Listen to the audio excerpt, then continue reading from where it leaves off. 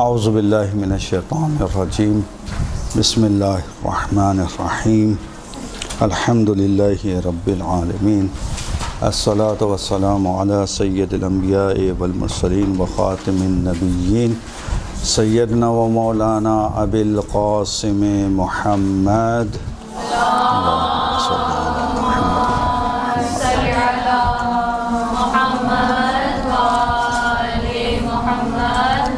وعلى بیتہ الطیبین الطاہرین المعصومین المظلومین المنتجبین ولعنۃ اللہ علی اعدائہم اجمعین اما بعد۔ اچھا، آج کا جو ہمارا موضوع ہے، ویسے تو سنڈے کلاس میں ہمارا موضوع چل رہا ہے علماء کی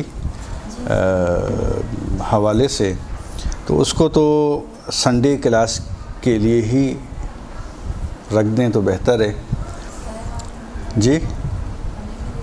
نہیں تو اس میں وہ تو آپ سن سکتی ہیں نا وہاں پہ، ٹھیک ہے نا، وہ ایک الگ سا ایک موضوع ہے، اور جب کبھی کوئی تیاری نہیں ہوئی تو انشاءاللہ علماء کے حوالے سے آپ کو بھی بیان کر دیں گے، صحیح۔ بہرحال آج کا جو موضوع ہے وہ ایک نیا موضوع ہے، اور عموماً اس کے حوالے سے جو ہے وہ سوالات بھی کافی کیے جاتے ہیں، اور وہ ہے کہ گھر کے اندر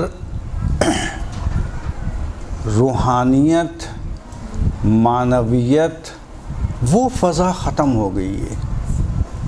نہ جانے کیوں بچے اس طرف متوجہ نہیں ہیں، گھر کے افراد میں وہ روحانیت اور معنویت ختم ہوتی جا رہی ہے، اور اگر کوئی شخص دین پر عمل بھی کرتا ہے تو بعض دفعہ اس کی حالت ایسی ہو جاتی ہے کہ اس کا دل ہی نہیں لگتا کسی دین کے کام میں، حتیٰ اگر وہ چاہے کہ دعا کرے تو دعا میں بھی اس کا دل نہیں لگتا۔ آخر کیا عوامل ہیں، کیا وجہ ہے، اس کا ہم جائزہ لیں گے۔ سر مائک تھوڑا جی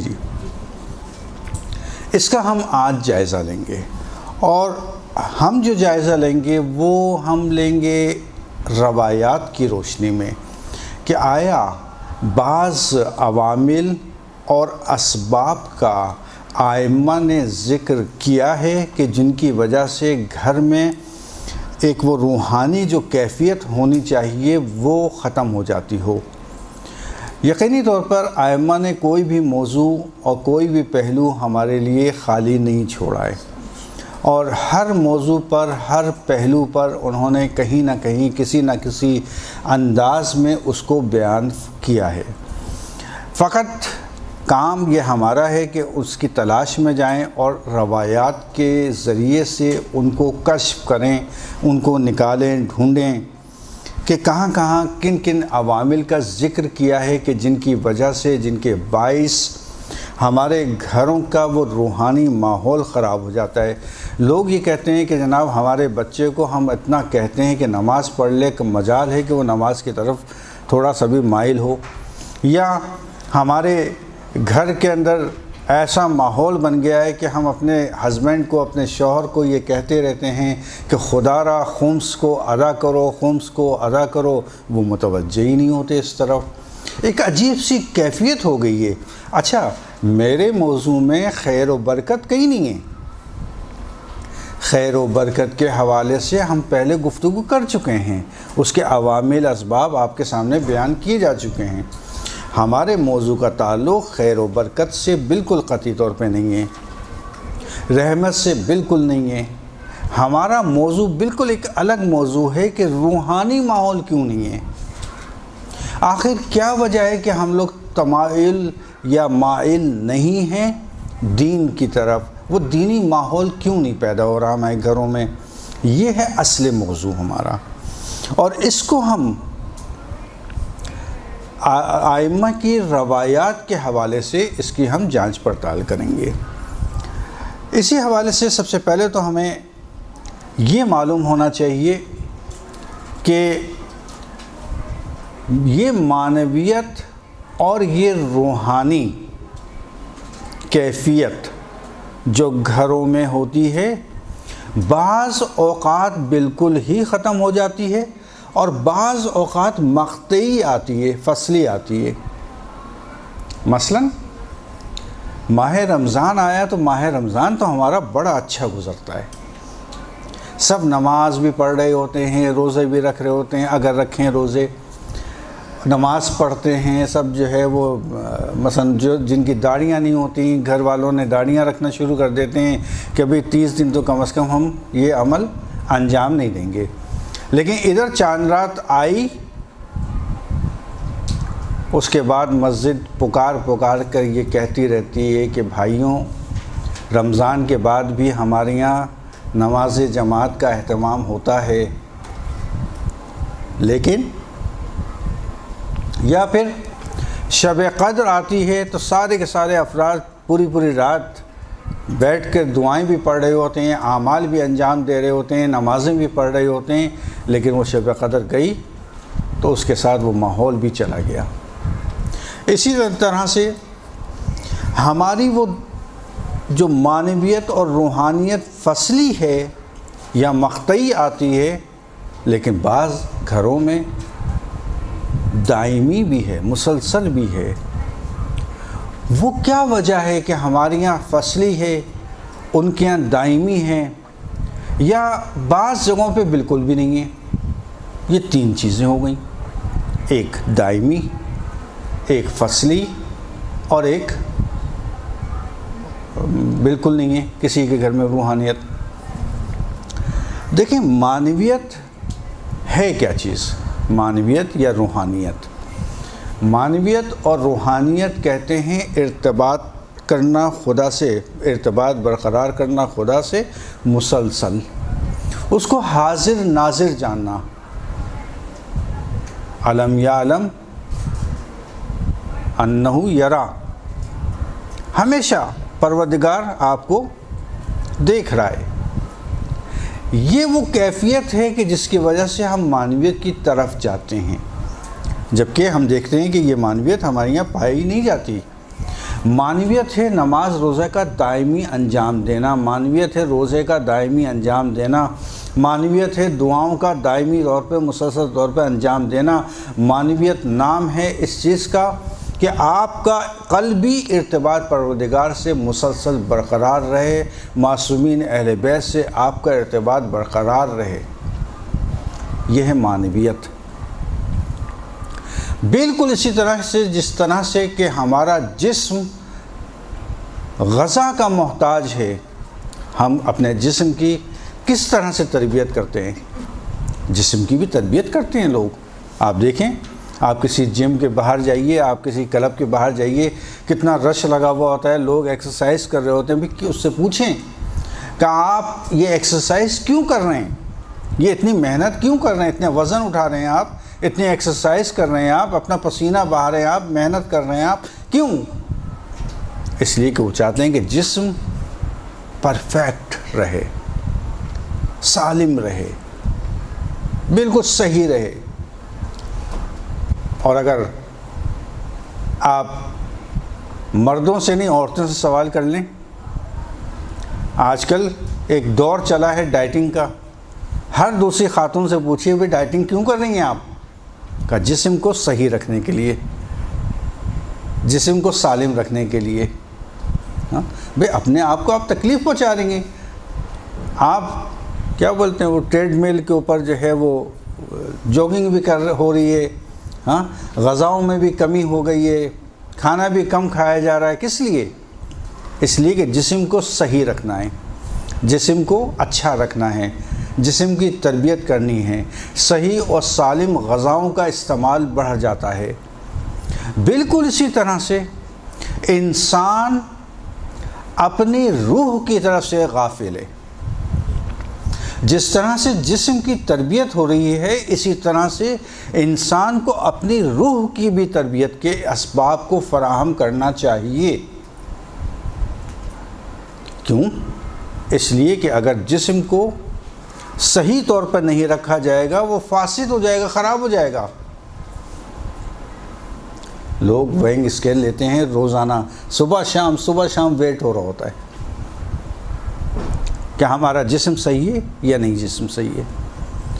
روح کا کبھی کسی نے وزن کیا ہے کہ ہماری روح بھی صحیح ہے یا روح صحیح نہیں ہے؟ جبکہ یہ جسم فانی ہے، جسم ایک وقت میں آ کے ختم ہو جائے گا، روح ہے کہ آپ کی ہمیشہ آپ کے ساتھ رہے گی۔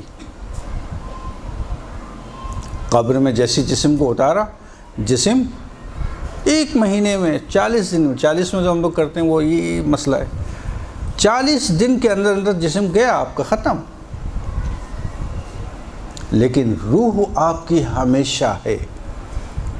جو فانی چیز ہے اس کے اوپر اتنی توجہ دی جا رہی ہے، اور جو ہمیشہ باقی رہنے والی چیز ہے اس کے اوپر بالکل بھی توجہ نہیں ہے۔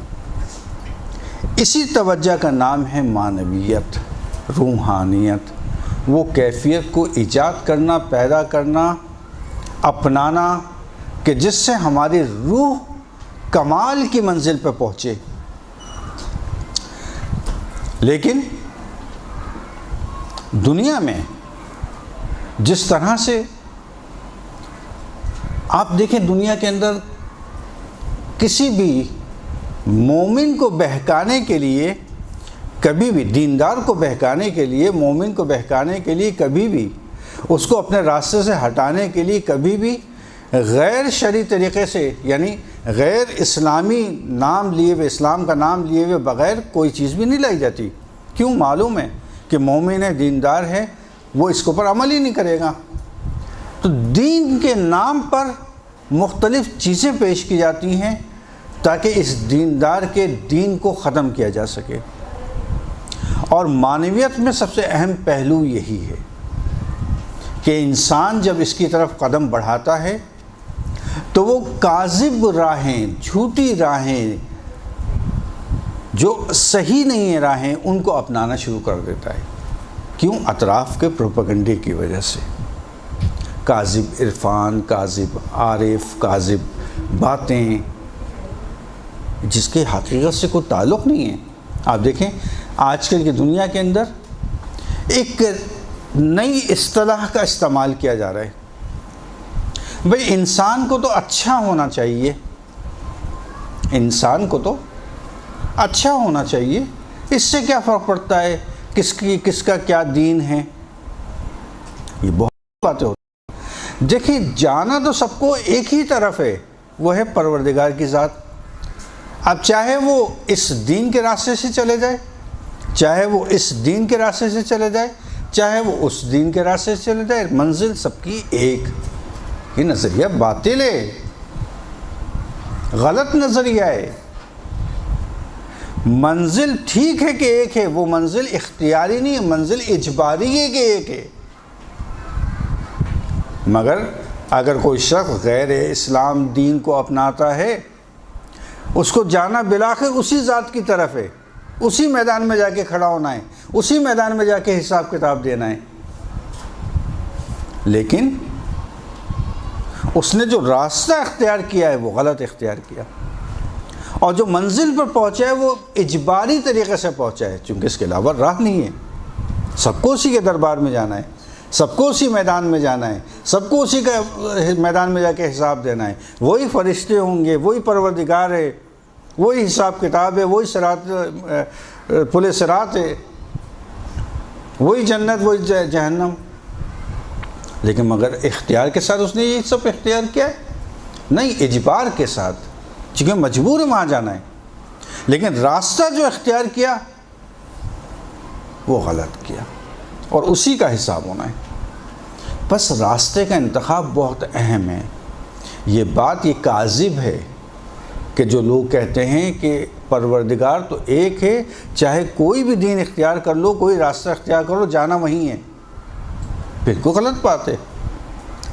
دین وہی اختیار کرنا ہے جو اللہ نے انتخاب کیا ہے، جس دین کا۔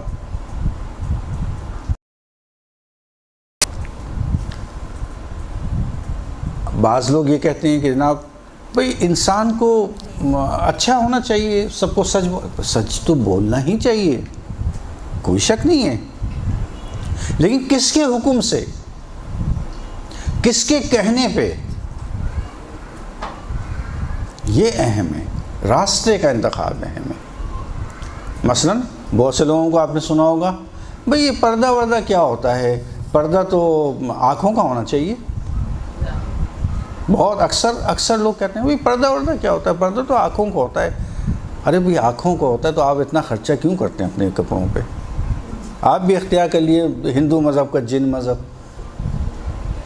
وہ بھی ایسے گھومتے ہیں، ان کے یہاں ہوتے ہی نہیں ہیں کپڑے. جب آنکھوں کا پردہ ہے تو اختیار کیجئے آپ. بس یہ بات غلط ہے. حکم پروردگار کا تسلیم کر لینا، مان لینا، یہ اہم ہے. اس راستے کا آپ کا حساب ہونا ہے، یہ راستہ آپ کا صحیح ہونا چاہیے. بس یہ کاذب جو باتیں کہی جاتی ہیں، کاذب نظریات پھیلائے جاتے ہیں، غلط عرفان اور عارفانہ باتیں کی جاتی ہیں. رقص اور موسیقی دیندار کو کہیے رقص کیجئے، کرے گا وہ؟ کبھی نہیں کرے گا. کہے گا موسیقی سنے گا؟ کبھی نہیں. کہاں دین کے نام پر لے آؤ تو دین کے دھوکے میں وہ سب کر لے گا. نام الگ دے دیں، رقص نہ لائیے، موسیقی نہ لائیے، نام آپ دوسرا دے دیجئے اور اسی کاموں کو انجام دیجئے. سب دین کے نام پہ دھوکہ کھاتے ہیں. بس دین کو اختیار کرنے میں احتیاط کیجئے. دین وہ اختیار کیجئے جس کا حکم پروردگار نے دیا ہے. مثلاً بعض صوفی مذاہب کے اندر یہ دیکھا گیا کہ جناب یہ نماز پڑھنا، یہ روزے رکھنا، یہ کیا چیز ہے؟ آپ یہ ذکر لے لیجئے ہماری طرف سے اور دن بھر رات بھر بیٹھ کے ذکر پڑھ لیجیے، یہی آپ کی عبادت ہے. اور لوگ کرتے ہیں. ہمارے پاس ایسے کیسز آئیں کہ جس میں طلاقیں ہوئی ہیں، اور جب میں نے وجہ معلوم کی کہ بھئی طلاق کیوں ہوئی تو پتہ چلا کہ جناب وہ کسی عامل کے ساتھ ہیں، کسی پیر کے ساتھ ہیں، کسی ذکر کے ساتھ ہیں اور رات میں یہ اعمال انجام دیتے ہیں. دین سے اس کا کوئی تعلق نہیں ہے. بس یہ کاذب دین سے، ادیان سے بچنا ہے. آپ کو راستے کا تعین صحیح کرنا ہے تاکہ آپ حقیقی منزل کو پا سکیں. چونکہ قیامت کے دن سب وہاں موجود ہوں گے، لیکن راستے کا آپ سے پوچھا جائے گا، راستے میں آپ نے کیا کیا، کس کے دین کو اختیار کیا، کیا اقدام انجام دیے. اسی طرح سے اگر ہم آگے بڑھیں تو لوگ یہ بھی اعتراض کرتے ہیں ابھی کیا ضرورت ہے کہ ہم سین کی آواز میں، نماز میں، قرات میں سین کی آواز میں اور صاد کی آواز میں فرق ایجاد کریں. آپ نے دیکھا ہوگا اکثر لوگوں کو، لوگ حج پہ جاتے ہیں اور یقین کریں کہ حج ان کے اس قراءت نہ ہونے کی وجہ سے باطل ہو جاتے ہیں.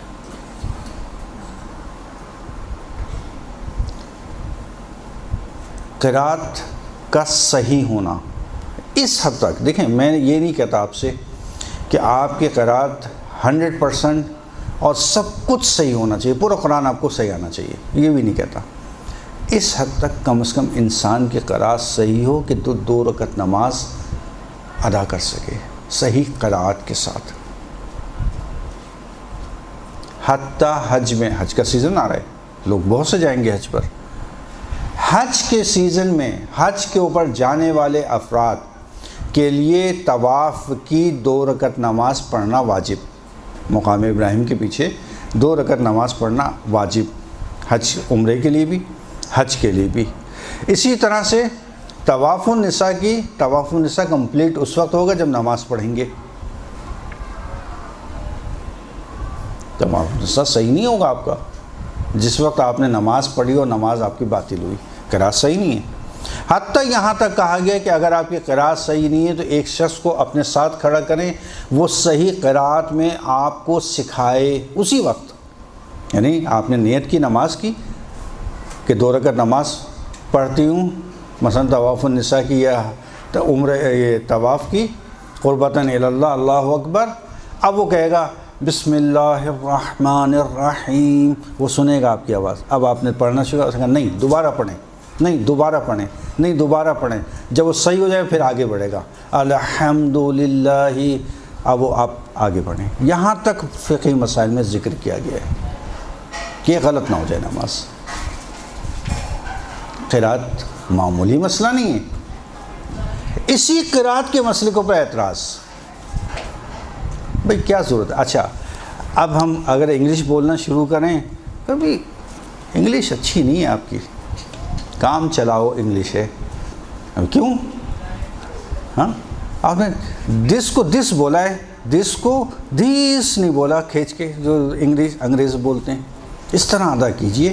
اب وہاں پہ اتنی اہمیت دے رہے ہیں آپ انگلش میں کہ جہاں آپ کا حساب نہیں ہونا، جہاں آپ سے پوچھا نہیں جانا، قیامت کے دن جہاں حساب ہونا ہے، جہاں پوچھا جانا ہے، جہاں پوری زندگی کا سوال ہے، وہاں آپ کا اعتراض ہے کہ نا کیا ضرورت ہے قرات کے صحیح ہونے کی۔ یہ معاشرے کے وہ اعتراضات ہیں کہ جس معاشرے سے روحانیت اٹھ جاتی ہے، چلی جاتی ہے معنویت، وہاں یہ اعتراضات ہوتے ہیں جہاں علمی معاشرہ نہیں ہو۔ اسی موضوع کے اوپر ہماری گفتگو ساری۔ بہرحال ایک مرتبہ صلوات پڑھیں محمد علیہ۔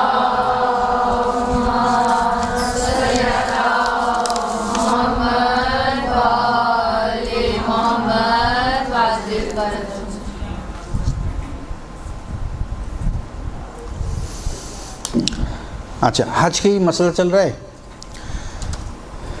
میں جب حج پر گیا تو ایک صاحب نے مجھ سے کہا کہ قبلہ ایک مسئلہ معلوم کرا۔ اچھا میں نے کہا شاید فقہی مسئلہ معلوم کر رہے ہیں، تو انہوں نے جو ہے وہ ایسی جگہ کے بارے میں کچھ سوال کیا، تو ان کے بارے میں بتا دیا میں نے۔ تو میں نے کہا میں سمجھا کہ آپ شاید فقہی کوئی سوال کریں گے اپنے حج کے حوالے سے۔ کہا نہیں مولانا اس سے کیا کرنا، یہ دیکھیں سوچ، نہیں مولانا اس کا کیا کرنا ہمیں کہ پیر سیدھا رکھیں پہلے یا الٹا رکھیں، یہاں رکھیں یا وہاں رکھیں تو یہ حج کیسا ہو جائے گا؟ ہمیں تو حج کی عرفانیت سے سروکار ہے، حج کا جو روحانی مرکز ہے اسے حاصل کرنا ہے ہمیں۔ اب میں ان کی شکل دیکھ کے واقعاً تعجب میں آ گیا کہ حج کی روحانیت تو حاصل اس وقت ہوگی جب آپ کا حج ہوگا، جب حج ہی نہیں ہوگا تو عرفان کہاں سے حاصل کریں گے اس کا؟ یعنی ہدف بڑا ہے، راستہ غلط ہے۔ ہدف بڑا ہے لیکن راستہ غلط ہے۔ راستے کا انتخاب، تعین کرنا، یہ سب سے اہم ہے۔ اسی طرح سے بقرعید آنے والی ہے۔ عموماً لوگ سوال کرتے کتنے ہی لوگ قربانی کرتے ہیں، کتنے ہی لوگ قربانی کرتے ہیں، لیکن احکام نہ جاننے کی وجہ سے ان کی قربانی باطل، پیسے کا ضیاع۔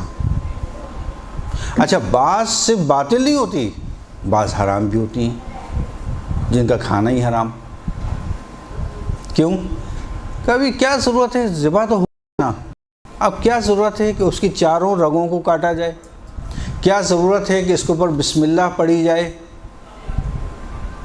مثال دے دیتا ہوں آئے سے ثانی کے لحاظ سے۔ عموماً دیکھا ہوگا جب جانور کٹتے دیکھا ہے آپ لوگوں نے ذبح ہوتے ہوئے، یا ڈرتے ہیں آپ لوگ بھی خون سے، ہے نا؟ چونکہ بہت سے لوگ ڈرتے ہیں، کہتے ہیں نہیں ہمیں نہیں دیکھنا، ہے نا؟ تو اگر دیکھا ہو تو وہ جب وہ ذبح کر رہے ہوتے ہیں تو اس کا سر جو ہے قصائی اوپر کر دیتے ہیں آسمان کی طرف، اور پھر وہ ذبح کر رہے ہوتے ہیں۔ یہ باطل ہے۔ اس کی گردن کا رخ قبلے کی طرف ہونا چاہیے، تب جا کے صحیح ہوگی۔ اب کتنے ہی قربانیاں احکام نہ جاننے کی وجہ سے ان کا ضیاع ہو جاتا ہے۔ بس یہ راستے ہیں جو پروردگار نے ہمیں اپنے قرب کے لیے بتائے ہیں کہ اگر میرا قرب حاصل کرنا ہے تو تمہیں اس طرح سے چلنا ہوگا، اپنی نماز کے لیے اپنی قرات کو صحیح کرنا ہوگا، روزے کے احکام یاد کرنا ہوں گے، حج کے احکام اچھی طرح سیکھنے ہوں گے، نماز صحیح کرنی ہے۔ آپ نماز کی قرات صحیح نہ کریں، نماز شب پڑھتے رہیے، کیا فائدہ؟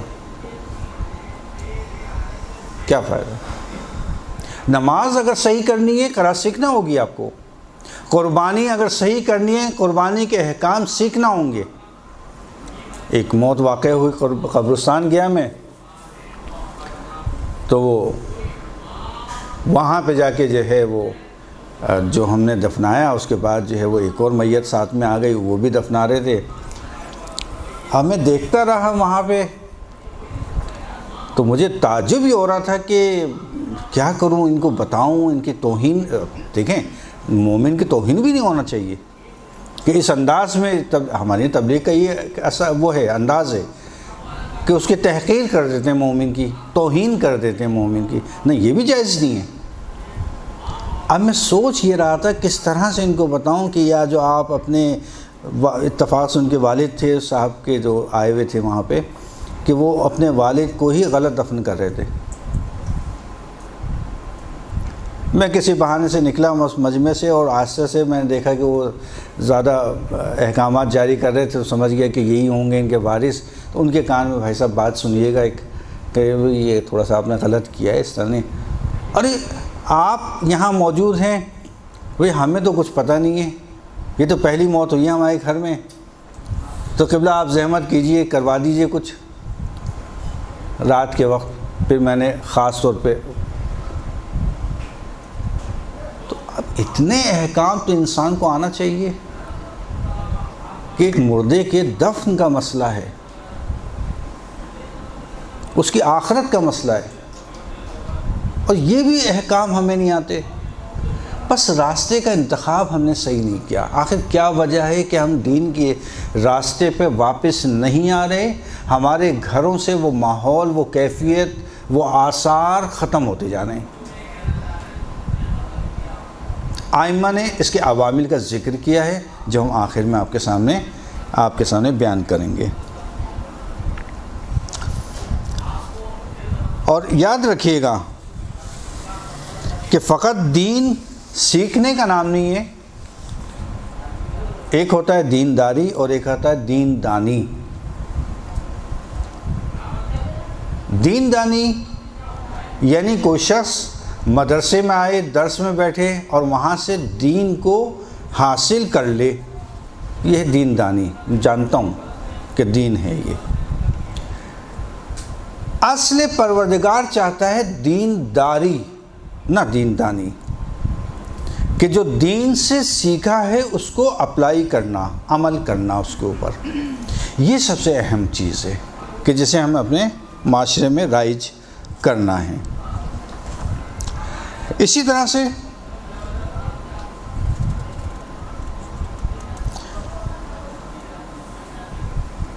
ہمارے پاس روایت موجود ہے رسالت مآب صلی اللہ علیہ وآلہ وسلم کی،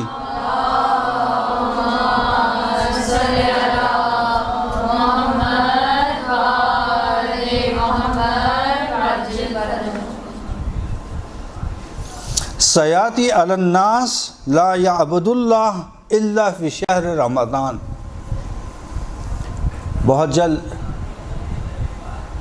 لوگوں پر ایک ایسا زمانہ آئے گا کہ جس میں اللہ کی وہ عبادت کریں گے مگر صرف ماہ رمضان میں۔ رسالت مآب کی حدیث ہے۔ اسی طرح سے نہج البلاغہ کے 156ویں خطبے میں امیر المومنین علی علیہ السلام فرماتے ہیں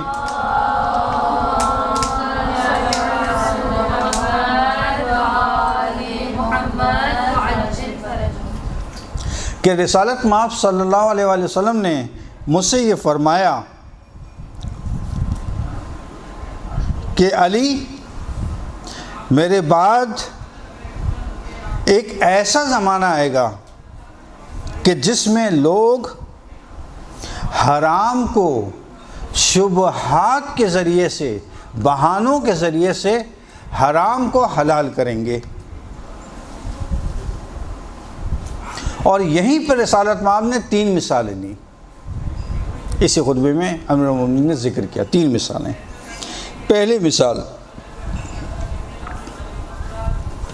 یستحلون الخمر شراب کو حلال کریں گے، کیا کہہ کے؟ کہنے یہ نبیذ ہے، یہ شراب نہیں، یہ نبیذ ہے۔ اچھا یہ نبیذ کیا چیز ہے؟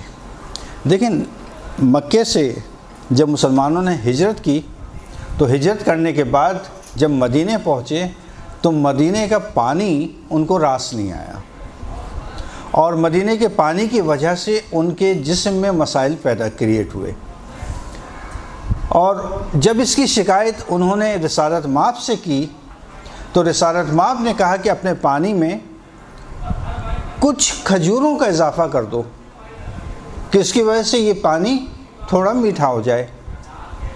تو انہوں نے اپنے مٹکوں میں یا سرائیوں میں پانی بھرتے تھے، پانی بھرنے کے بعد اس میں کھجوروں کا اضافہ کر دیا کرتے تھے، اور کھجوروں کی وجہ سے ان کے پانی کا ذائقہ تبدیل ہو جاتا تھا، اس کو استعمال کرتے تھے۔ اب جب یہ عادت ہو گئی مکے کے ان مہاجرین کو تو انہوں نے ان کھجوروں میں اضافہ کرنا شروع کر دیا، کوئی 1 مٹھی ڈالتا تھا، کوئی 2، کوئی 3، کوئی 4، کوئی 5، حتیٰ ایک زمانہ وہ آیا کہ انہوں نے اپنی سرائیوں میں منہ بھر کے کھجوریں بھرنا شروع کر دیں اور اس میں پانی ڈالتے تھے، اور اسی کا نتیجہ یہ ہوا کہ کچھ عرصے بعد لوگوں نے اس کو تھوڑا سا گرم ماحول میں رکھنا شروع کر دیا۔ اچھا اس کے ذائقہ تبدیل ہوتا رہا، جیسے جیسے کھجوروں کا اضافہ ہوا پانی کے ذائقے میں تبدیلی آتی رہی، اور جب وہ گرم موسم آیا اور گرم موسم میں ان کی ان سرائیوں کو دھوپ لگی تو اس کی گرمی کی وجہ سے اس کا ذائقہ اور تبدیل ہو گیا، تو انہوں نے جب استعمال کرنا شروع کیا تو نہ فقط ذائقہ ان کا فرق تھا بلکہ ان کو ذائقے کے ساتھ سرور بھی آنا شروع ہوا۔ تو ان کا بھی یہ تو بڑی اچھی چیز ہے کہ کھجور ہم پانی میں ڈالتے ہیں اور اگر گرمی کے اس میں رکھ دیں تو نہ فقط یہ کہ پانی کا ذائقہ تبدیل ہو جاتا ہے بلکہ ہمیں سرور بھی محسوس ہونے لگتا ہے، یعنی ہواؤں کی سیر کرنے لگتے ہیں۔ کبھی یہ تو بڑی اچھی چیز ہے۔ اب بعض لوگوں نے کیا کیا، بعض لوگوں نے فقط یہ نہیں کہ سرائیوں کو دھوپ میں رکھا اور گرم کیا بلکہ اس کے نیچے آگ لگا دی، اور آگ لگانے کے بعد جب وہ کھول گیا اس کو گرم ٹھنڈا ہوا، اور ٹھنڈا ہونے کے بعد اس کا پانی نکالا، اب وہ استعمال کرنا کیا تو وہ ہواؤں کی بلندیوں کو چھونے لگے، تو اتنا سرور آیا ان کو۔ تو اب لوگوں نے اعتراض کیا کہ بھئی یہ تو شراب ہے اور شراب تو حرام ہے۔ تو انہوں نے کیا کہا؟ انہوں نے کہا بھئی شراب تو انگور کی ہوتی ہے نا، یہ تو کھجور ہے۔ دیکھیں بہانے آج کے معاشرے میں بھی مختلف طریقے، مختلف انداز اپنائے جاتے ہیں کسی بھی چیز کو حلال کرنے کے لیے۔ یہ بہانہ تھا کہ شراب تو انگور کی ہوتی ہے، یہ تو نبیذ ہے اور نبیذ حلال ہے۔ نبیذ کھجور اور انگور، دیکھیں کہاں سے انہوں نے بہانہ تلاش کیا اس کو حلال کرنے کے لیے۔ یہ نبیذ کہتے ہیں، کھجور کے جو ایک خاص قسم کے بخار سے ایک خاص مایہ بنایا جاتا ہے، اس کو کہا جاتا ہے عرب میں نبیذ۔ جی لذی نبیذ۔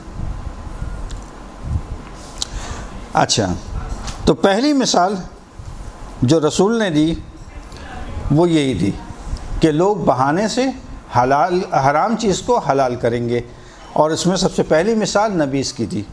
دوسری مثال انہوں نے کہا کہ عنوان ربا کو بے کا نام دیا جائے گا۔ یہ دوسری مثال، عنوان ربا کو بے کا نام دیا جائے گا۔ بے یعنی تجارت کرنا۔ بھئی ہم تو تجارت کر رہے ہیں، ہم تو بزنس کر رہے ہیں اپنا، ہم سود کہاں کاروبار کر رہے ہیں؟ حالانکہ در حقیقت سود ہے، اگر سودی کام ہو تو سود ہے، وہ چاہے آپ آج کی دنیا میں کریں تجارت بزنس یا اس دنیا میں کریں۔ یہ دوسری مثال رسالت مآب نے بے کے حوالے سے دی۔ اور تیسری مثال جو رسالت مآب نے دی وہ دی تیسری مثال کہ الرشوہ بالہدیہ، کا رشوت کا نام دے دیا جائے گا ہدیہ۔ رشوت کو نام دے دیا جائے گا ہدیہ. بھئی ہم رشوت تھوڑی لے رہے ہیں, یہ تو تحفہ ہے, اور تحفہ تو جائز ہے, بلکہ تحفہ مومن کا واپس کرنا, رد کرنا مکروہ ہے, کراہت ہے. اگر کوئی مومن کسی مومن کو تحفہ دے اور کسی بھی وجہ سے وہ قبول نہ کرے, یہ سخت کراہت ہے دین کے اندر, کہ انسان کو مومن کے تحفے کو قبول کرنا چاہیے. جس طرح سے دعوت کے حوالے سے کہ اگر مومن کسی مومن کو دعوت دے, البتہ آج کے اس مہنگائی کے دور میں بھی بہت ثواب ہے. ایسا نہیں اس دور میں تھا کہ جب سستائی تھی یا مہنگائی نہیں تھی, آج بھی وہ ثواب ہے. لیکن یہ کہ دعوت, مومن کی دعوت کو رد کرنا کراہت مکروہ ہے. اسی طرح سے مومن کے تحفے کو رد کرنا یہ بھی مکروہ ہے. مومن کے تحفے کو قبول کرنا چاہیے. اب تحفے کا نام دے دیا اس کو رشوت کو, مختلف بہانوں سے تحفے کے نام پر اسی رشوت کو لی جا رہی ہے. البتہ یہ رشوت جو میں یہاں بیان کر رہا ہوں, یہ رشوت اصطلاحی ہے, ٹھیک ہے, یعنی رشوت حقیقی نہیں کہتے اسے, صحیح نا. مثلا پتہ ہے, معلوم ہے آپ کو فرق؟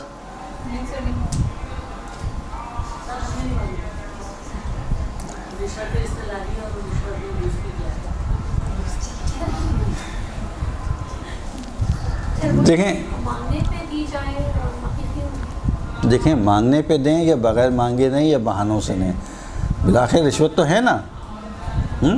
تحفے کے نام پر یا کسی اور بہانے سے, چائے کے نام پر یا مٹھائی کے نام پر یا کھانے کے نام پر, کہ میں تو کھانے کے پیسے مانگ رہا ہوں, میں تو بالآخر رشوت تو ہے. لیکن اس کو کہتے ہیں رشوت اصطلاحی. اصطلاحی یعنی ہمارے معاشرے میں رائج جو اصطلاح کہی جاتی ہے رشوت, اس کو رشوت کہا جاتا ہے. حالانکہ شرعی لحاظ سے رشوت دوسرے معنوں میں ہے, ٹھیک ہے. بہرحال لینا تو اس کا بھی جائز نہیں ہے, دینے میں حرج نہیں ہے. اچھا, یہ 3 موارد ایسے موارد تھے کہ جو رسالت مآب نے امام علی کے لیے بیان کیے. اسی طرح سے رسالت مآب کی ایک اور حدیث, بہت عمدہ حدیث ہے ہمارے لحاظ سے اور ہمارے موضوع کے لحاظ سے بھی بہت اچھی ہے, کہ رسالت مآب ایک بار مدینہ کی گلیوں سے گزر رہے تھے. مدینہ کی گلیوں سے گزرتے ہوئے ایک کھلے میدان کی طرف پہنچے تو وہاں دیکھا بہت سارے بچے مدینہ کے کھیل رہے ہیں. جب رسالت مآب نے ان بچوں کو دیکھا کہ وہ بچے کھیل رہے ہیں تو ایک مرتبہ رکے اور بچوں کی طرف دیکھا, اور دیکھنے کے بعد اپنے اصحاب کی طرف چہرہ کر کے فرمایا کہ ہائے یہ بچے, کتنے معصوم بچے, ہائے یہ بچے, کہ ان کی وجہ سے ان کے ماں باپ کے اوپر عذاب ہوگا, ان کی وجہ سے ان کے ماں باپ پر عذاب ہوگا.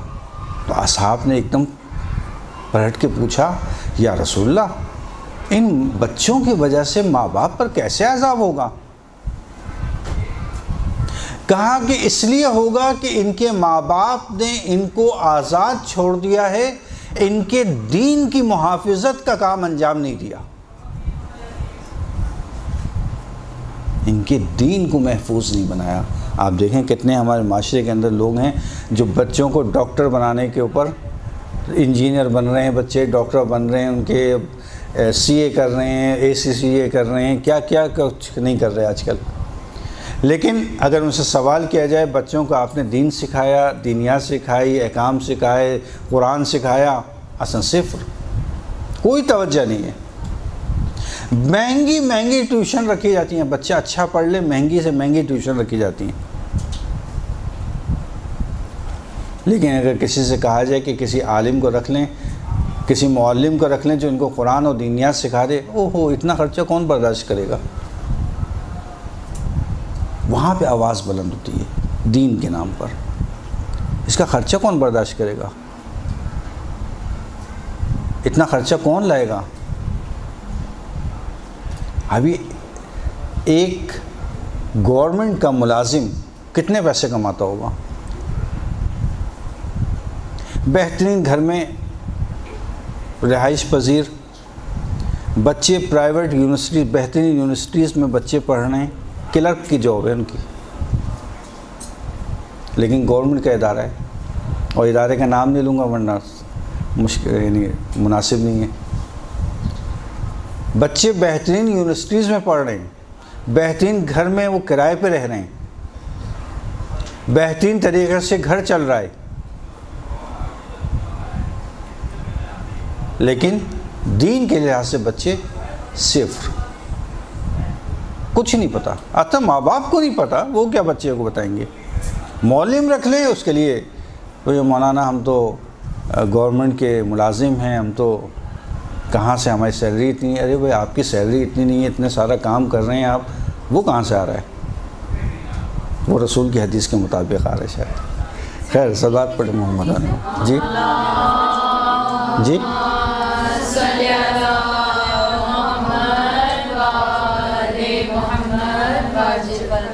کیا آپ نے جب سوال کیا تو آپ نے فرمایا کہ ان کے ماں باپ نے انہیں آزاد چھوڑ دیا ہے، جی، ان کے دین کی محافظت نہیں کی، یعنی دین نہیں سکھایا ان کو، اور کتنا ہے ہمارے معاشرے میں عام یہ چیز۔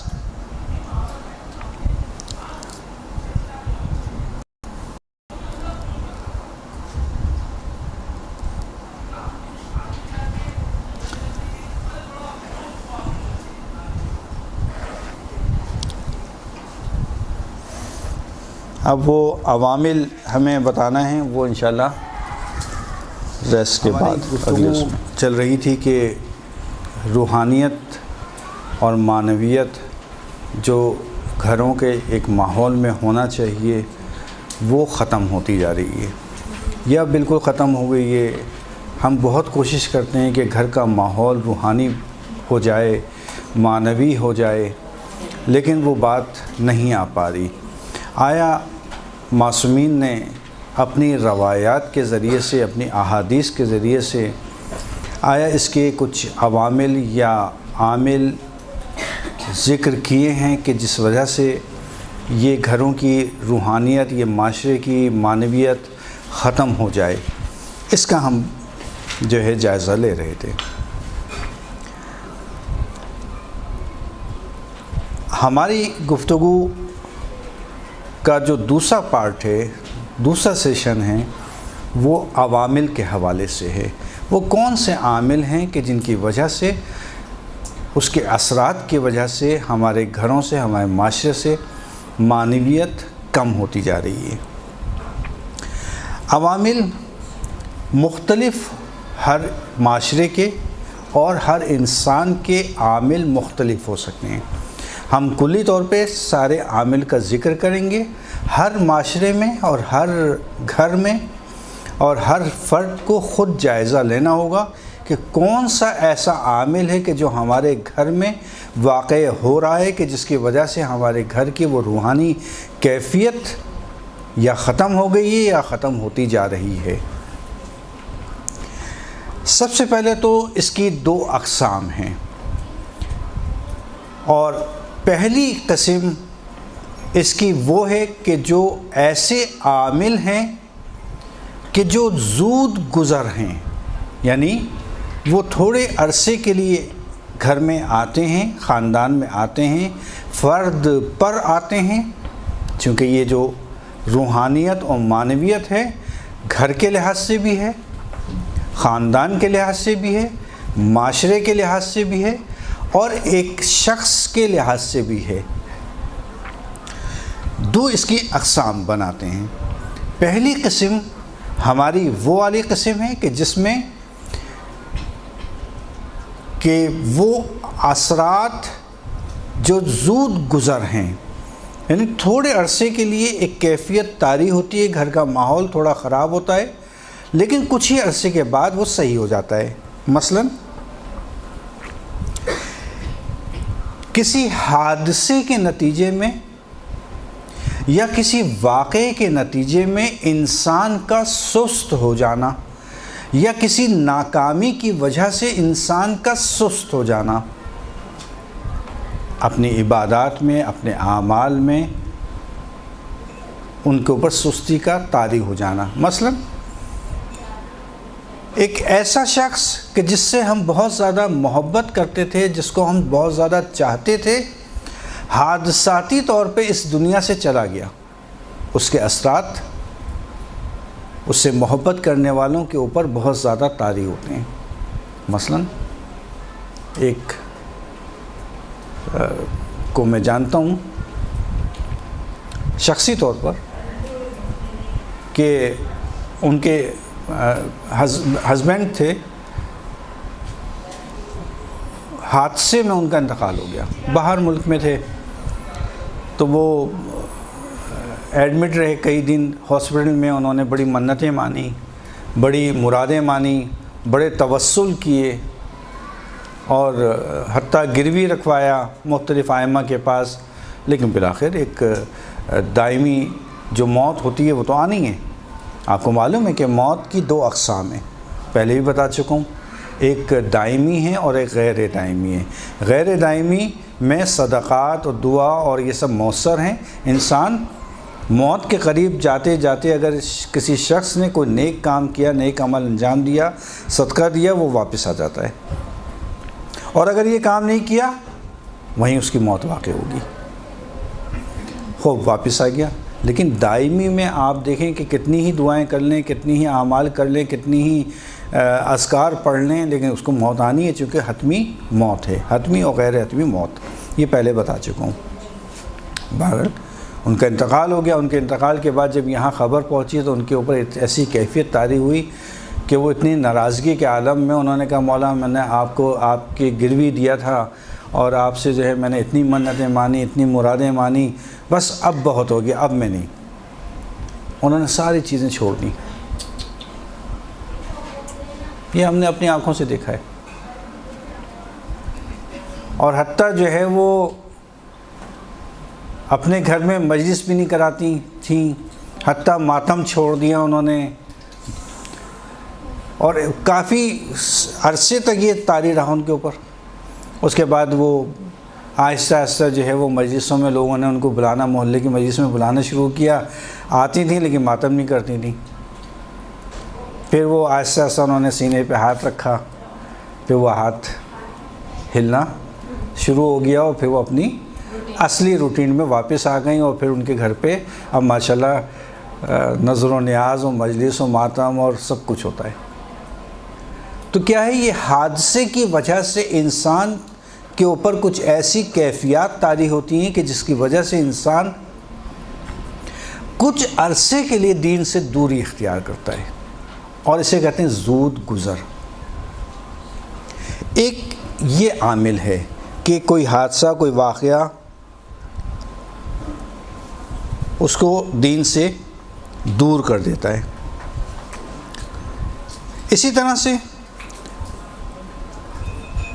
مستحبی اعمال کے اندر اگر انسان، یہ دوسرا عامل، اگر انسان آمادگی نہیں رکھتا، مثلا دیکھا ہوگا آپ نے کہ دعائے جوشن کبیر پڑھنا شروع کی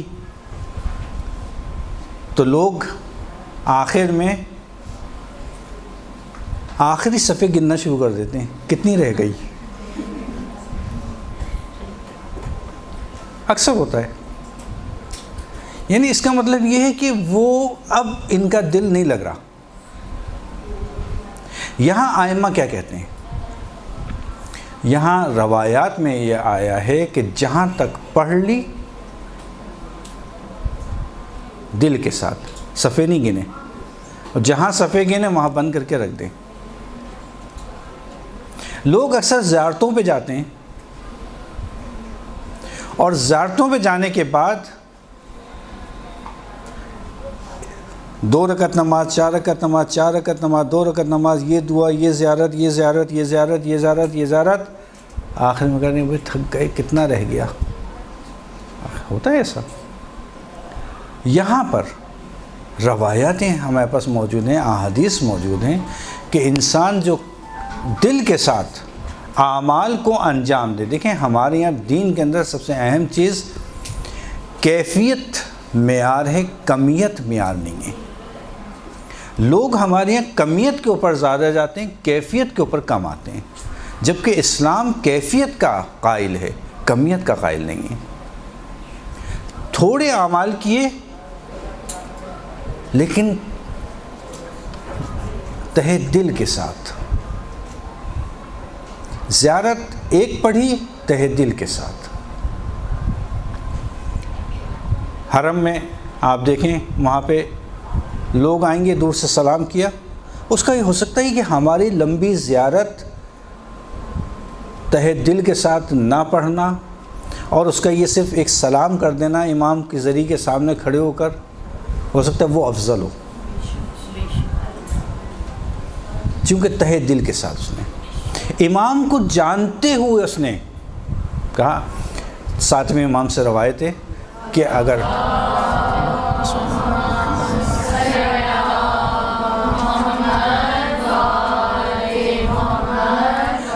4 چیزیں کوئی شخص سیکھ لے اور ان پہ عمل کرے، وہ عالم ہے۔ کہا مولا 4 چیزیں کون سی ہیں؟ کہا خدا کو پہچان لے۔ اگر کوئی شخص خدا کو پہچان لے صحیح طرح حقیقی طور پر تو ظاہر ہے گناہ نہیں کرے گا۔ خدا کو پہچان لے، مات کو پہچان لے، اپنے آپ کو پہچان لے، اور اس کے ساتھ ساتھ آسیب، جو دینی آسیب ہیں ان کو پہچان لے۔ دینی آسیب کیا ہیں؟ بھئی خدا کو جس نے پہچانا وہ گناہ نہیں کرے گا، جس نے اپنے آپ کو پہچان لیا وہ بھی گناہ نہیں کرے گا، کیونکہ جب اپنے آپ کو پہچانے گا تو خدا کو پہچانے گا۔ مات کو پہچانے گا، ہمیشہ ڈرتا رہے گا کہ آنے والا وقت میرا حساب کتاب ہونے والا ہے۔ اسی طرح سے آسیب کو پہچان لے، اگر یہ 7ویں امام کا قول ہے، آسیب یعنی دینی آسیب کیا؟ شہوت، حسد، تکبر، غرور، یہ وہ آسیب ہیں کہ جو دین کے اوپر وارد ہوتے ہیں اور اس کے ذریعے سے انسان دین سے ہٹ جاتا ہے۔ بہت دیندار فرد ہے کوئی، اگر ہو سکتا ہے بہت دیندار ہو، بہت نیک ہو، بہت اچھے اعمال انجام دینے والا ہو، لیکن حسد کی آگ میں جل جائے گا۔ اس حسد کو وہ حسد ہی نہیں سمجھے گا۔ بس وہ 4 چیزیں ایسی ہیں کہ جو عمل کر لے وہ عالم بن جائے گا۔ یہ مولا کا قول ہے۔ بالکل اسی طرح سے اگر آپ کے اوپر اکتاہٹ طاری ہو جائے تو آپ اپنے عمل کو کیفیت کے ساتھ انجام دیجیے۔ امام کو امام جان کر سلام کیجیے، امام کو امام مان کر ان سے طلب کیجیے، اس یقین کے ساتھ کہ وہی دینے والے ہیں، اور ان کو یہ قدرت اللہ نے دی ہے، وہ اپنے پاس سے نہیں دے رہے، اللہ نے ان کو صلاحیت دی ہے، اس وجہ سے ان سے طلب کر رہے ہیں۔ تیسرا جو زود گزر عامل ہے، اور وہ ہے کہ کبھی کبھی اللہ تعالیٰ مومن کے امتحان کی وجہ سے اس کے اوپر ایسی کیفیات طاری کرتا ہے۔ علماء اخلاق فرماتے ہیں البتہ کہ اس تیسرے مورد میں یہ کم پیش آتا ہے، بہت ہی مومن متقی پرہیزگار ہوگا اس کے ساتھ یہ اعمال پیش آتے ہیں کہ اس کے اوپر پروردگار امتحان لینا چاہتا ہے، اس کے اوپر یہ کیفیات طاری کرتا ہے تاکہ وہ آگے بڑھ سکے۔ اسی طرح سے بعض دفعہ مومن کے مقام کو بلند کرنے کے لیے اسی طرح کی کیفیت طاری ہوتا ہے۔ مثلا ایک عارف، ان کے پاس ایک صاحب گئے طالب علموں سے، کہا میں بھی عارف بننا چاہتا ہوں، میں عرفان کی منزلیں طے کرنا چاہتا ہوں، کمال پہ پہنچنا چاہتا ہوں۔ کہا اچھا ٹھیک ہے، تم ایسا کرنا کہ جناب وہ اب میں اپنی اصطلاح استعمال کر رہا ہوں، انہوں نے تو کچھ اور کہا تھا، یہاں میرے اپنے جملے ہیں۔ مثلا انہوں نے کہا کہ چٹنی کھانا، بیسن کی روٹی یا دال کھانا بس ہر وقت، یا تھوڑا کھانا۔ انہوں نے عمل کرنا شروع کیا، عمل کرنے کے بعد جو ہے وہ 2 مہینے 3 مہینے 6 مہینے بعد کہا کہ آنا، پھر میں جو بتانا کہ وہ دوبارہ گیا ان کے پاس، کبھی میں نے یہ عمل کیا ہے، اب تو میں یہی کھاتا ہوں، بہت ہی کم کھاتا ہوں، دال ہی کھاتا ہوں، وہ بھی بھگار کے بغیر کھاتا ہوں مثلاً. صحیح ہے نا؟ اب یہ میرے جملے. کہا اچھا بڑی اچھی بات ہے بھائی. کہا اچھا اب دوسرا عمل لیجئے. کہا اچھا دوسرا عمل دے دیتا ہوں میں تم کو، اب یہ کر کے آؤ. کہا کہ کیا کرنا ہے بھائی؟ اپنی ہی جیب سے انہوں نے کچھ رقم نکالی، اور رقم نکالنے کے بعد اس کے ہاتھ میں رکھی، اور کہا جا کے ذرا، اب میں ان کے اپنے الفاظ کہ چلو مرغ اور چلو کباب کھا کے آؤ مثلاً، ایک بہترین ڈش کھا کے آؤ، ہے نا. وہ اگلے دن آیا، بھی کھائے تم نے اچھی طرح کھایا؟ کہ نہیں آقا وہ تو میں نے کھا نہیں سکا. کیوں نہیں کھا سکے؟ کہا آپ نے پہلے اتنا عمل کرا دیا، مجھے اتنا عمل کرا دیا، اب تو یہ کھا ہی نہیں آتا. کہا بس اس کا مطلب یہ کہ تم نے صحیح عمل نہیں کیا، عادت بنائی اپنی. عادت نہیں بنانا کسی چیز کی. ابھی آگے آئے گا کہ بچوں کی تربیت میں کیسے کرنا ہے. عادت نہیں بنانا،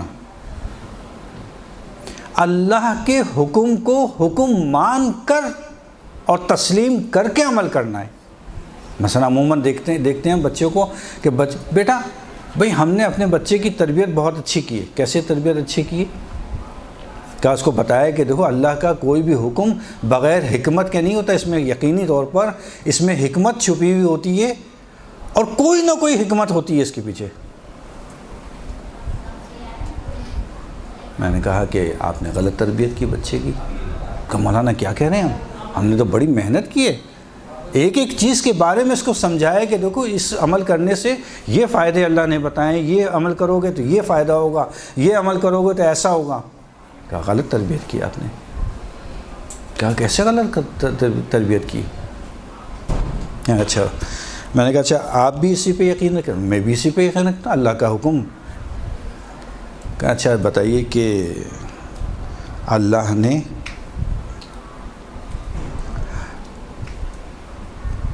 عورت کی عدت کیوں رکھی؟ اس کا حکم، اس کے بارے میں بتا دیجئے، کیوں رکھی؟ حکمت بتائیے.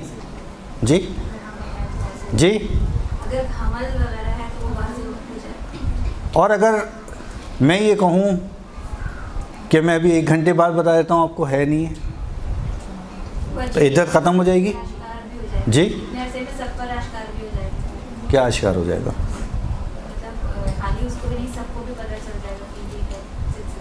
میں رپورٹ چھپا دوں گا اخبار میں.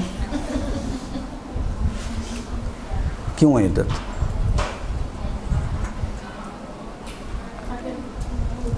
جی اگر ہم نے طلاق کی رکھے ہیں تو اس وجہ سے تاکہ مرد دوبارہ اس سے رجوع کر لیں، تاکہ دوبارہ اس طرح یہ نوبت ہی نہ آئے طلاق. تو وہ طلاق بائن ہو گئی. چلیں رجوع کا مسئلہ ختم. طلاق بائن ہے، اب عدت کیوں ہے؟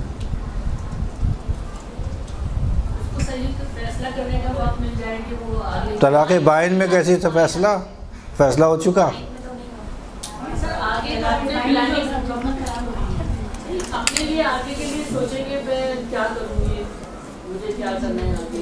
اس کے لیے عدت ضروری ہے. سوچتی رہے، دن بھر سوچے، رات بھر سوچے، نہیں. دیکھیں وہی بات، بہت سارے پروردگار کے ہمیں یہ یقین ہے کہ اللہ کے ہر حکم میں اس کی حکمت موجود ہے، یہ تو 100% ہے. آیا اس حکمت اور علت کا معلوم ہونا ہمارے لیے وہ ضروری ہے؟ بہت ساری چیزیں ائمہ نے ہمیں بتا دیں اور یہ بھی نہیں معلوم کہ جو بتایا ہے وہی کامل ہے. ہو سکتا ہے 25 حکمتیں اور ہوں جو ہمیں نہیں پتہ. بس علم نہ ہونا اس بات کی دلیل نہیں ہے کہ اس کے پیچھے حکمت نہیں ہے. علم نہیں ہے، حکمت ہے، لیکن ہم اس حکمت کی وجہ سے عمل نہیں کرتے.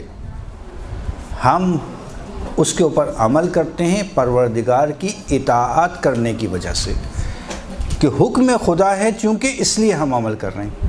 تو بچے کی تعلیم حکمتوں پر نہ دیں، بچے کی تعلیم اطاعت سے دیں تاکہ وہ عادی بنے اطاعت پروردگار کا، کہ چونکہ اللہ کا حکم ہے اس لیے میں انجام دوں گا۔ حکمت بتا دی، بہت اچھی بات ہے، لیکن اگر نہیں پتہ تب بھی عمل کرنا ہے۔ واضح ہوئی بات، ٹھیک ہے؟ تو اب جی عدت کی اگر پتہ تو میں آپ لوگوں سے کیوں پوچھتا ہوں؟ اللہ کا حکم ہے، کسی کو نہیں پتہ، نہ کوئی روایت آئی ہے نہ کوئی حدیث آئی ہے، حکم ہے، اللہ کا حکم ہے۔ میں نماز اس لیے پڑھنا، اللہ کا حکم ہے۔ 2 رکعت کیوں فجر کی پڑھتا ہوں؟ فجر میں اٹھ کے تو ورزش کرنا چاہیے زیادہ، اللہ کو 10 رکعت رکھنا چاہیے تھی، 2 رکعتیں۔ ہاں، دوپہر کے اندر لوگ آرام کرتے ہیں کہ تھک جاتے ہیں دن میں کام کرتے ہوئے، دوپہر میں آرام کرتے ہیں، وہاں 2 رکعت ہونی چاہیے تھی نماز، وہاں 4 رکعت رکھ دی اللہ نے۔ اب کیا حکمت ہے واللہ اعلم، نہیں پتہ۔ چونکہ خدا کا حکم ہے، چونکہ پروردگار کا حکم ہے، اس کی اطاعت میں مجھے یہ کام انجام دینا ہے۔ یہ ہے صحیح طریقہ بچوں کی تربیت کا، اس کو اطاعت پروردگار میں لگائیں، نہ حکمت کے چکر میں، کہ جب اس کو حکمت کا نہیں پتہ چلے گا وہ اس کام کو چھوڑ دے گا۔ کیوں؟ حکمت نہیں ہے، بس حکم خدا نہیں ہو سکتا میں چھوڑ دوں، نہیں۔ جب آپ بچے کو اطاعت کی اس میں لائیں گے تو پھر آپ دیکھیں گے بچہ ہر حکم پروردگار کے اوپر عمل کرے گا۔ اچھا، یہ تو ہو گئے عوامل جو زود گزر تھے۔ بعض عوامل پائیدار ہیں، ہمیشہ پائے جاتے ہیں۔ پہلا عامل، میں تیز جاؤں گا تھوڑا سا چونکہ ٹائم کا ہمارا مسئلہ ہے۔ پہلا عامل کہ جو ہمارے معاشرے میں، ہمارے گھر میں اور ہمارے خود نفوس کے اندر پائے جاتے ہیں، پہلا عامل عدم احساس نیاز، یعنی میں کوئی ضرورت محسوس ہی نہیں کر رہا۔ جب پریشانی آئی تو میں جلدی سے جو ہے جا نماز پہ بھی بیٹھ گیا، میں نے روزے بھی مان لیے، میں نے منتیں بھی مان لی، میں زیارت کے اوپر بھی چلا گیا، اس کے بعد آ کے جیسی مشکل حل ہوئی میری اور اس کے بعد میں بھول گیا۔ اصلاً انسان کو اسی لیے تاکید کی گئی ہے کہ ہمیشہ پروردگار کو یاد رکھیں، اہل بیت سے توسل کرتے رہیں۔ اسی لیے دیکھیں گے آپ کہ کس طرح سے ائمہ نے حتیٰ یہاں تک روایت اور احادیث آئی ہیں کہ آپ ہمیشہ پروردگار سے یہ دعا مانگتے رہیں کہ پروردگارہ مجھے توفیق عنایت فرما کہ میں دعا مانگ سکوں۔ اصلا آپ بیٹھیں، دعا مانگنے کے لیے دل ہی نہیں لگ رہا دعا مانگنے میں، کہ یہ سلب توفیق ہوتی ہے پروردگار کی طرف سے، کہ میں نے نعمت، تمہیں پریشانی آئی، تم نے مجھ سے رجوع کیا، میں نے تمہیں نعمت عطا کر دی، اور نعمت ملنے کے بعد تم ایسے بھلا دیا تم نے مجھے، کہ جاؤ اب میں تم سے وہ دعا مانگنے کی جو تم میں صلاحیت تھی اسی کو میں سلب کر لیتا ہوں۔ اسی لیے کہتے ہیں ہمیشہ دعا مانگو کہ پروردگار مجھے توفیق دے کہ میں دعا مانگ سکوں۔ عدم احساس نیاز۔ اسی لیے حضرت موسیٰ نے جو پروردگار سے گفتگو کی، پروردگار سے گفتگو کرنے میں ایک دعا مانگی تھی حضرت موسیٰ نے۔ کیا دعا مانگی؟ پروردگار میں یہ نہیں چاہتا کہ مجھے صحت و سلامتی دیں، ہمیشہ ہمیشہ صحیح سالم رکھے، اور نہ میں یہ چاہتا ہوں کہ پروردگار تو ہمیشہ مجھے مریض رکھ، کیونکہ جب میں صحت و سلامتی کے ساتھ رہوں گا تو تیری نعمتوں کا شکر بجا لاتا رہوں گا، اور جب میں مریض اور پریشان حال ہوں گا تو میں تجھ سے رجوع کروں گا۔ اسی لیے مومن کے اوپر کبھی پریشانی آتی ہے، کبھی وہ آسانی میں چلا جاتا ہے۔ یہ ایک نظام ہے پروردگار کا، تاکہ اس کو یاد دلاتے رہے دیکھو میں ہوں موجود۔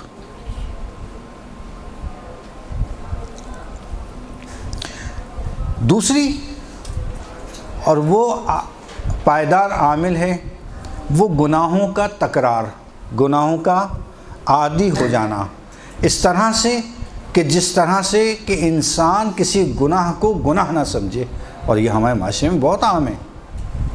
اصلاً عقوبت اس کی، قباحت اس کی ختم ہو جاتی ہے۔ ایک گناہ جو قبیح کام ہے اس کو لوگ گناہ نہیں سمجھتے. ارے ٹی وی پہ پروگرام ہی تو چل رہا ہے, ٹی وی پہ پروگرام چل رہا ہے لیکن اس میں آ کیا رہا ہے؟ پوری فیملی بیٹھ کے ٹی وی دیکھ رہی ہیں. کیوں؟ اس لیے کہ ان کی قبح ہے, گناہ کم ہو گیا ہے, اس کو گناہ نہیں سمجھ رہے. یہ لین دین معاشرے میں, رشوت کا اصطلاحی نظام معاشرے میں یہ رائج ہے, کیا کریں؟ یہ قباحت ختم کر دی گناہوں کی. یہ قباحت کا کم ہونا, اس کا ختم ہو جانا, یہ باعث بنتا ہے گھر کی روحانیت آپ کے ختم کر دے گا پروردگار. عدم نیاز, احساس نیاز, یہ باعث بنتا ہے جو آپ کے گھر کے روحانیت کا ماحول ختم کرے گا. دوسرا, گناہوں کی قباحت کا کم ہونا, ختم ہونا. تیسرا, تکبر اور غرور. یہ ساری وہ چیزیں ہیں جو روایات میں آئی ہیں. تکبر و گناہ, جسے کہا گیا ہے کہ انسان کا سب سے پست ترین گناہ تکبر و غرور ہے. اپنے آپ کو بڑا سمجھنا, اپنے آپ کو فخری انداز میں, جس کے بعد پیسہ آ گیا, دولت آ گئی, شہرت آ گئی, عزت آ گئی, عہدہ آ گیا, اب وہ دوسروں کو کچھ نہیں سمجھ رہا. یہ وہ باعث بنتی ہے چیز کہ گھر کی روحانیت پروردگار ختم کر دیتا ہے. تیسری چیز, چوتھی چیز, اور وہ ہے دوستوں کی ہمنشینی. اچھے دوست آپ کو وہ ہوں گے, وہ کہلائیں گے جو آپ کو خدا سے نزدیک کر دیں. یہ دوستوں کی ہمنشینی یہ عامل ہے ایک بہت بڑا, کہ جس سے آپ کے گھر میں آپ کی روحانی کیفیت پروردگار چھین لیتا ہے. اور پانچویں چیز وہ ہے استہزاء. کسی مومن کا مذاق اڑانا. ہمارے معاشرے میں, ہمارے گھروں میں کتنا عام چیز ہے یہ, کسی مومن کے مذاق اڑانا. یہ مومن کا کسی کا مذاق اڑانا روایات کے مطابق آپ کے گھر کی روحانیت کو, آپ کے جسم کی روحانیت کو, آپ کی روح کی معنویت کو ختم کر دی گئی چیز. اور چھٹی چیز وہ ہے تحقیر مومن. کسی مومن کی تحقیر کرنا, اس کو نیچے دکھانا. یہ وہ عوامل ہیں کہ جن کی وجہ سے پروردگار انسان کے گھر کے روحانی ماحول اور معنوی ماحول کو سلب کر لیتا ہے. اگر کوئی شخص ان چیزوں کو اپنے اندر سے, اپنے گھر میں سے ختم کر دے تو اس کے گھر میں خود بخود روحانی ماحول واپس آنا شروع ہو جاتا ہے. اس سے متعلق اگر کچھ سوال ہے, چونکہ وقت ہمارا مکمل ہو گیا ہے. برحمتك يا أرحم الراحمين وصلى الله على محمد وآله الطاهرين.